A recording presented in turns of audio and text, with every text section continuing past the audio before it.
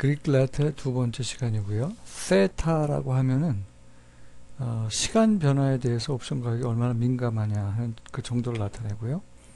게마라고 하면은 옵션 델타 값이 기초자산 변화에 얼마나 민감하게 반응하는지, 옵션 델타가 기초자산 가격 변화에 얼마나 민감하게 반응하는지를 나타냅니다.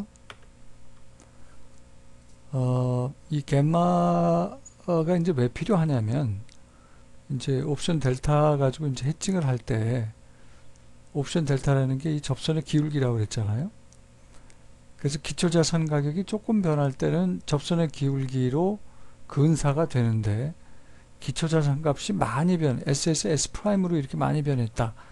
그러면은 접선 가격, 접선으로, 델타로 근사하기에는 원래 그 옵션 가격의 움직임은 커비처란 말이죠. 이렇게 곡선의 움직임이기 때문에 이 곡선과 직선 사이에 변화가, 차이가 있지 않습니까?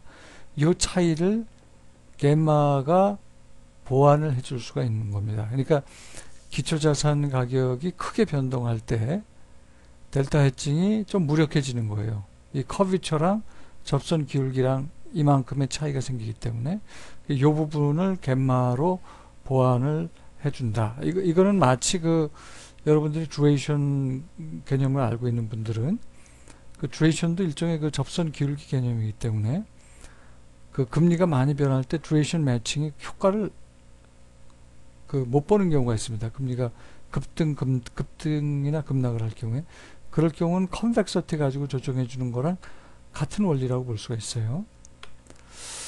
겜마도 이렇게 포지티브 겜마가 있고 이렇게 네거티브 겜마가 있습니다. 기본적으로 우리가 옵션 델타, 게마, 세타 얘기를 했는데, 그들 사이의 그 관계는 이와 같은 스토캐스틱 디퍼런셜 이퀘이션에서 그 조건을 충족해야 되는 거예요. 이게 이 디퍼런셜 스토캐스틱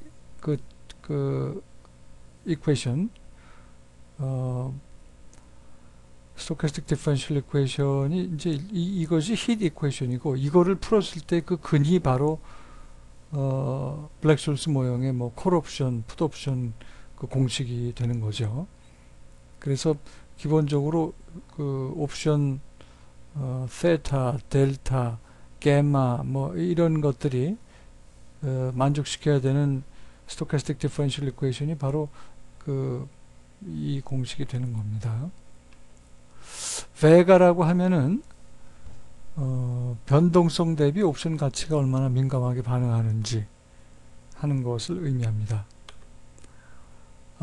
통상 옵션 델타는 그 기초자산에 대한 포지션을 취함으로써 이제 옵션 델타 값이 바뀌는데, 겜마나 베가 같은 값은 옵션에다가 또는 다른 어떤 파생 상품의 포지션을 취해야 됩니다. 그러니까 델타 해칭 할 때는 우리가 채권이랑 주식 가지고선 이 델타 콜 옵션, 델타 해칭을 통해서 콜 옵션 같은 게 소위 레플리케이트가 됐는데, 만약에 추가로 더 감마 해칭까지 하고 베가 해칭까지 한다 그러면은 주식 채권으로는 부족하고요. 이렇게 옵션이나 기타 다른 파생 상품의 포지션을 취해야 된다는 얘기죠. 로라고 하는 것은 금리의 변화에 대한 기초자산의 금리의 변화에 대한 이 옵션이나 파생 상품의 민감도를 의미합니다.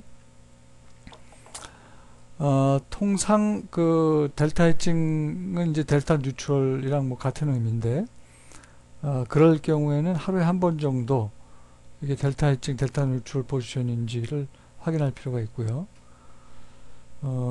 오퍼추니티가 커질 때 겜마랑 베가가 임프루브 되는 경향이 있고, 포트폴리오가 커지면은 해칭 비용이 당연히 이건 적게 들겠죠. 시나리오 어널리시스도 할 필요가 있고, 델타 해칭인 경우가 이제 그렇습니다. 그 다음에 이제 델타 헤칭은 보통 이제 옵션에서 적용이 되지만 이거를 그래서 이제 델타 헤칭을 다이내믹 헤칭이라고 하는 것이거든요. 근데 이제 퓨처에다가 적용을 할 경우에는 이런 식의 얘기를 할 수 있다는 겁니다. 퓨처 계약의 델타 값은 이런 것 타임스 스팟 계약의 델타이기 때문에 해칭을 하기 위해서는 이렇게 마이너스로 부호를 바꿔줘야 된다는 얘기고요.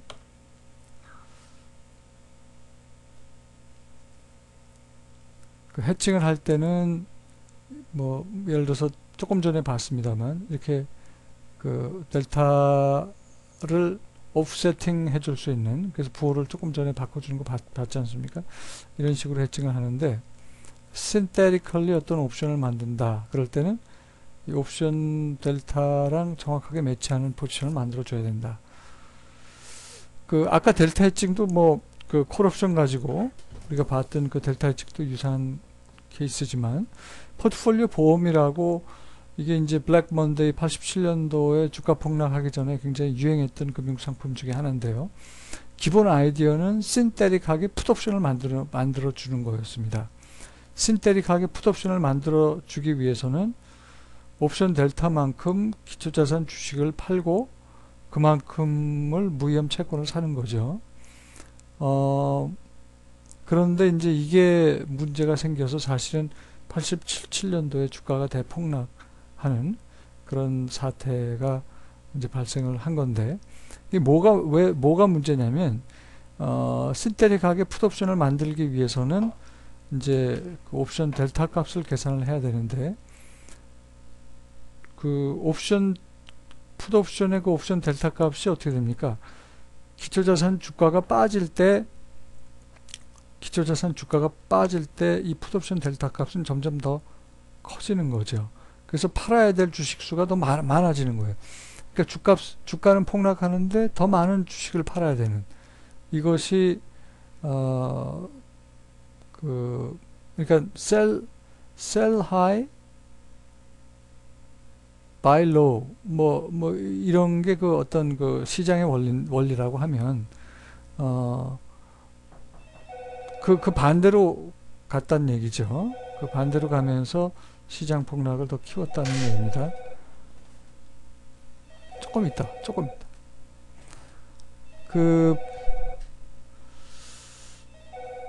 죄송합니다. 이게 지금 조금